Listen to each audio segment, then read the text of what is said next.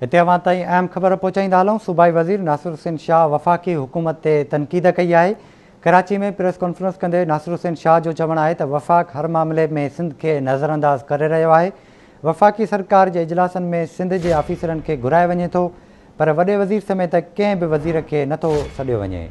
आगाह कयो अव्हांखे त सूबाई वज़ीर नासिर हुसैन शाह चयो आहे त आदमशुमारी जे नतीजनि में सिंध सां ज़्यादती कई वई आहे। पीपी आदमशुमारी वारे मामले ते अकेले सिर विढ़ी रही आहे, पर मुतहिदा ऐं GDA वारा हथ कढी विया आहिनि।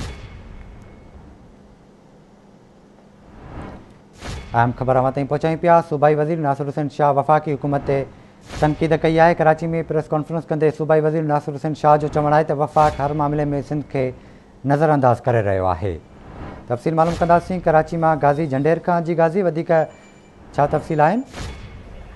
जी बिल्कुल शुभ सवार। सूबाई वज़ीर नासिर हुसैन शाह कुछ देर पहिरियां असेंबली जे कमेटी रूम में मीडिया सां ॻाल्हि ॿोल कई आहे। पंहिंजी मीडिया टॉक दौरान ते नासिर हुसैन शाह चयो आहे त वफ़ाक़ी सरकार ख़ासि तौर ते नए माली साल जी बजट जे हवाले सां सिंध सरकार खे चूंडियल नुमाइंदनि खे एतमाद में न पई वठे। जेके इजलास थियनि पिया वफ़ाक़ी सरकार हुन में रुगो कामोरनि खे वज़ीर आज़म घुराए थो, जॾहिं त सिंध जे वॾे वज़ीर सैयद मुराद अली शाह खे अहिड़नि इजलासनि में न पियो घुरायो वञे जिते नए माली साल जी बजट डिस्कस थिए पई वफ़ाक़ी सरकार जे तरफ़ां, जंहिंमें सिंध जी जेके रिथाऊं आहिनि उन हवाले सां असूली तौर ते वॾे वज़ीर मुराद अली शाह खे एतमाद में वठणु घुरिजे। अॼु नासिर हुसैन शाह वाज़े चयो आहे त आदमशुमारी जे हवाले सां वफ़ाक़ी हुकूमत जेका तकरारी आदमशुमारी खे मंज़ूर करे ज़्यादती कई आहे सिंध सूबे सां ऐं ॿियनि सूबनि सां, उन हवाले सां सिंध सरकार जो जेको मौक़िफ़ आहे उहो वाज़े आहे त आदमशुमारी जेका थी आहे माज़ी में उहा तकरारी आहे। हुनमें केतिरा ई ख़दशा आहिनि सिंध हुकूमत खे, हिन करे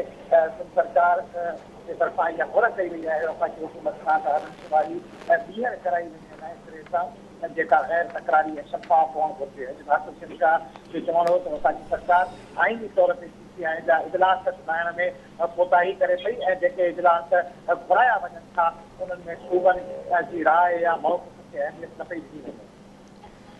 ठीकु आहे गाज़ी, वॾी महिरबानी अव्हांजी तफ़सील खां आगाह करण लाइ।